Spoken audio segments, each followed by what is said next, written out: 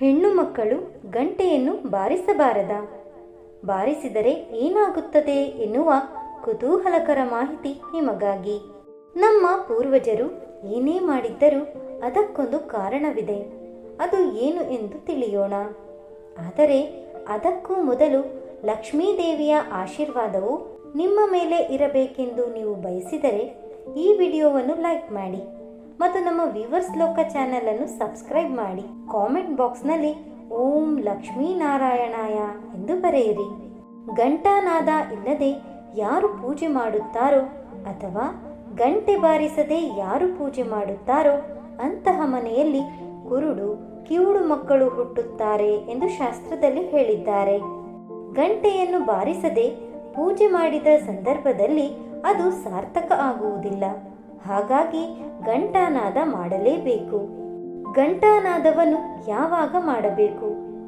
ದೇವರಿಗೆ ಧೂಪ ತೋರಿಸಿದಾಗ, ದೀಪ ಬೆಳಗಿದಾಗ, ನೈವೇದ್ಯ ಮಾಡುವಾಗ ಘಂಟಾನಾದವನ್ನು ಮಾಡಲೇಬೇಕು. ಗಂಟೆಯ ಎತ್ತರ 5 ಇಂಚು ಇದ್ದರೆ ಸಾಕು. ಇನ್ನೂ ಎತ್ತರ ಇದ್ದರೂ ಪರವಾಗಿಲ್ಲ, ಆದರೆ ಚಿಕ್ಕದಿರಬಾರದು. ಗಂಟೆಯಲ್ಲಿ ಆಂಜನೇಯ ಸ್ವಾಮಿ ಅಥವಾ ನಂದೀಶ್ವರ ಮೂರ್ತಿ ಇರುವಂತಹ ಗಂಟೆಯನ್ನು ಬಳಸಿದರೆ ಒಳ್ಳೆಯದು. ಇನ್ನೂ ಕೆಲವರು ಶಂಕುಚಕ್ರ ಇರುವ ಗಂಟೆಯನ್ನು ಬಳಸುತ್ತಾರೆ. ಅದು ಕೂಡ ತುಂಬಾನೇ ಒಳ್ಳೆಯದು. ಮನೆಯಲ್ಲಿ ಧನಾತ್ಮಕ ಶಕ್ತಿ ಹೆಚ್ಚಿಸಬೇಕೆಂದರೆ ಮನೆಯ ಮೂಲೆ ಮೂಲೆಯಲ್ಲಿ ಗಂಟೆ ಬಾರಿಸಬೇಕು.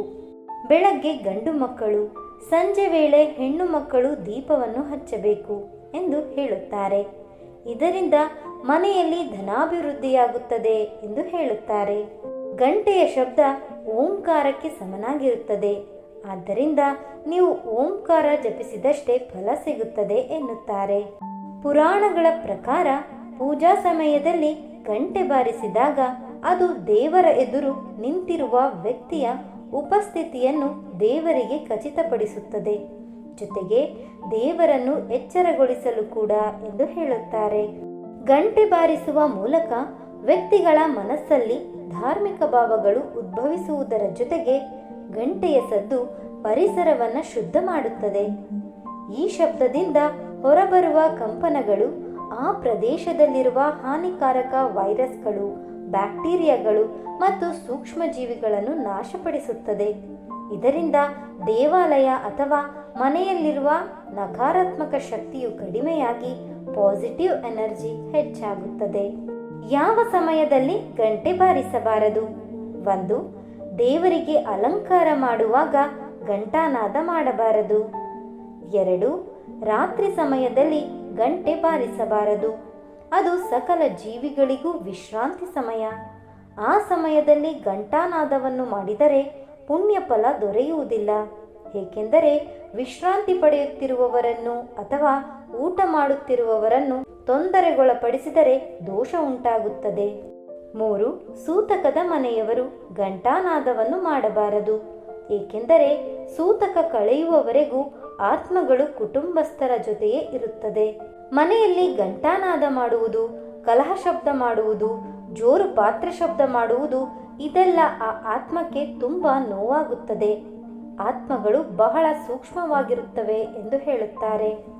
ಮಹಿಳೆಯರು ಘಂಟಾನಾದ ಮಾಡಬಹುದೇ ಎಂಬ ಪ್ರಶ್ನೆಗೆ ಉತ್ತರ ಇಲ್ಲಿದೆ. ಇದು ಸುಮಾರು ವರ್ಷದಿಂದ ನಡೆದು ಬಂದ ಪದ್ಧತಿ. ಹಿರಿಯರು ಇದನ್ನು ಪಾಲಿಸಿದ್ದಾರೆ. ಅದೇ ರೀತಿ ಸುಮಾರು ಮನೆಗಳಲ್ಲಿ ಸ್ತ್ರೀಯರು ಘಂಟಾನಾದ ಮಾಡುವುದಿಲ್ಲ. ಸ್ತ್ರೀಯರ ಎಡಗೈ ನರವು ಗರ್ಭಕೋಶಕ್ಕೆ ಸೇರಿರುತ್ತದೆ. ಆದ ಕಾರಣ ಎಡಗೈಯಿಂದ ಘಂಟಾನಾದ ಮಾಡಿದರೆ ತೊಂದರೆಯಾಗುತ್ತದೆ ಎಂದು ಹೇಳುತ್ತಾರೆ. ಸ್ನೇಹಿತರೆ, ಹಿರಿಯರು ಏನೇ ಮಾಡಿದ್ದರೂ ಅದೆಲ್ಲವೂ ನಮ್ಮ ಒಳಿತಿಗಾಗಿಯೇ ಮಾತ್ರ. ಸ್ನೇಹಿತರೆ, ಈ ಮಾಹಿತಿ ನಿಮಗೆ ಇಷ್ಟವಾದರೆ ದಯವಿಟ್ಟು ಲೈಕ್ ಮಾಡೋದನ್ನು ಖಂಡಿತ ಮರಿಬೇಡಿ. ಹಾಗೂ ಮತ್ತಷ್ಟು ವಿಡಿಯೋಸ್ಗಳಿಗಾಗಿ ನಮ್ಮ ಚಾನಲ್ ಅನ್ನು ಸಬ್ಸ್ಕ್ರೈಬ್ ಮಾಡಿ. ಕೇಳಿದ್ದಕ್ಕಾಗಿ ಧನ್ಯವಾದಗಳು.